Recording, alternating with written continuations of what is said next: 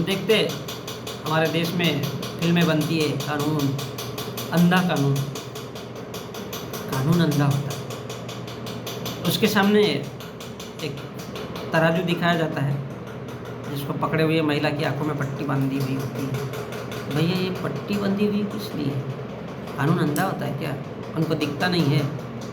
सच तो ये है कि किसी भी देश का कानून या न्याय व्यवस्था अगर डगमगाए, क्योंकि दुनिया में दो ही चीज़ें हैं, शिक्षा और कानून। राजनीति एक अलग हिस्सा है, लेकिन शिक्षा और कानून किस देश का कैसा है, उस देश में उस पर पूरा का पूरा देश डिपेंड करता है।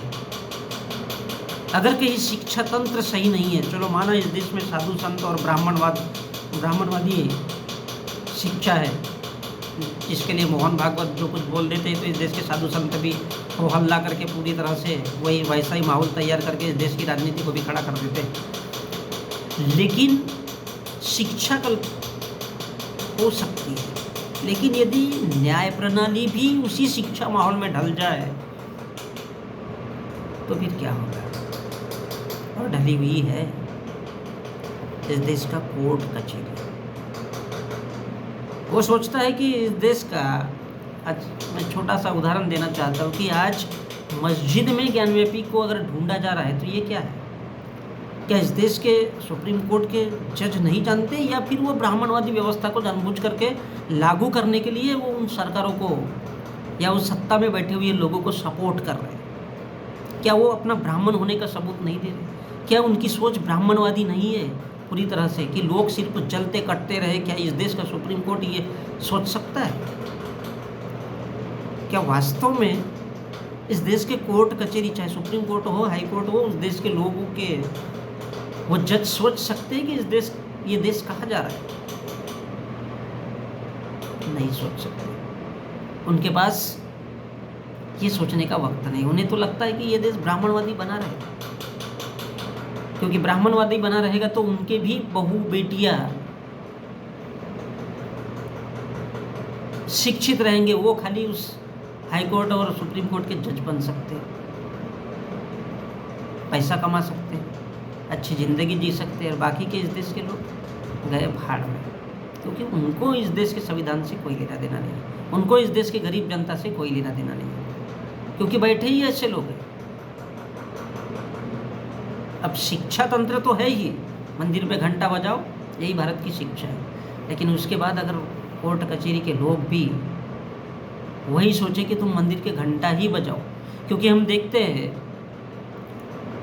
कि अगर एक गरीब का बेटा है या एक मिडिल क्लास का इंसान है और उसके साथ यदि कोई ठाकुर, बनिया या ब्राह्मण का बेटा है, तो कोर्ट में अगर तीनों एक साथ कोई जुर्म कर दे तो सबसे पहले ब्राह्मण और वो ऊंची जाति के इंसान को छोड़ दिया जाता है, उसको पकड़ा जाता है जो छोटी जाति का है, या उसको पकड़ा जाता है जो गरीब परिवार का है। मैं नहीं कह रहा हूँ जनाब, इस देश के जस्टिस लोग बोल रहे हैं कि भारत का कानून केवल अमीरों के लिए, ऊंची जातियों के लिए है। इसका मतलब क्योंकि उनके पास पैसा है। इस देश के SC ST OBC के पास में तो पैसा ही नहीं है। इस देश के मुसलमानों के पास में अब कुछ हो सकते हैं रईस, लेकिन उनमें भी वही है, पैसा ही नहीं है, तो फिर क्या करेंगे? जुर्म किया तो, जबकि भारत का प्रशासन हो या शासन हो या कोर्ट कचहरी हो, उसे ये हिदायत देना चाहिए, उसे ये निर्देश देना चाहिए कि इस देश का जो शासन है, प्रशासन है, वो सभी के लिए एक जैसा है। तो फिर वो कैसे बोल सकता है कि इस देश का शासन केवल अमीरों के लिए है? इसका मतलब उसने भी वही किया है। क्या किया है? अमीरों को फायदा पहुंचाया है, अमीरों के लिए काम किया है, और वो ये बात तब बोलता है जब वहां से निकल रहा है। इसका मतलब ये है कि भारत का सुप्रीम कोर्ट, हाई कोर्ट सिर्फ एक बिकाऊ सिस्टम है, और कहीं ना कहीं इस देश के हिंदू संगठनों की कठपुतली है। बल्कि ये कहा जाए कि उनके द्वारा खरीदा गया है तो इस बात में कोई नहीं, क्योंकि वो खुद ही सबूत दे रहा है इस देश का संविधान खतरे में है। तो जनाब, खतरे में है, आप अपने आंखों से देख रहे हो, आप कुछ नहीं कर सकते। और नहीं कर सकते तो उसमें बैठे क्यों हो? फायदा ही क्या है?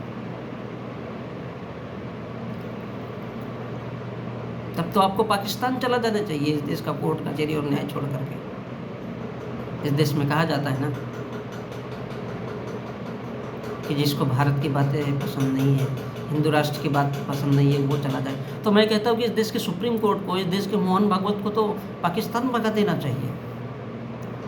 वो भी ऐसा नहीं, जूते मार के। क्यों भाई? तुम्हारे रहते में अगर तुम अपने कोर्ट कचहरी कानून शासन प्रशासन की ये बात कर सकते हो तो तुम तो सच में विदेशी हो, विदेशी हो।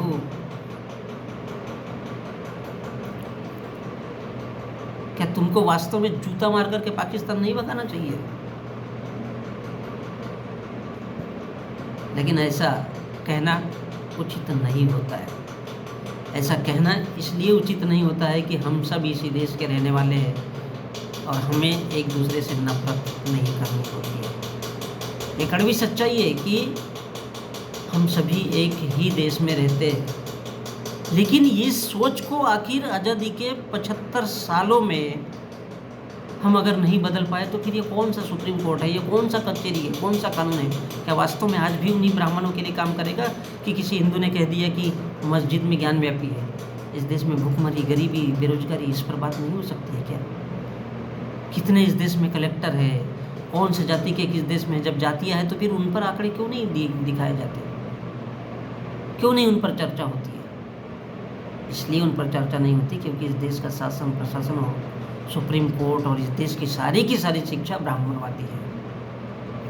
इस देश के कोर्ट कचहरी में हर सूरत में, हर हाल में ब्राह्मणवादी है, जो आज भी भारत के वैदिक धर्म ग्रंथों को मान करके चलते हैं और इसलिए वो भारत के हिंदू संगठनों को सपोर्ट करते हैं।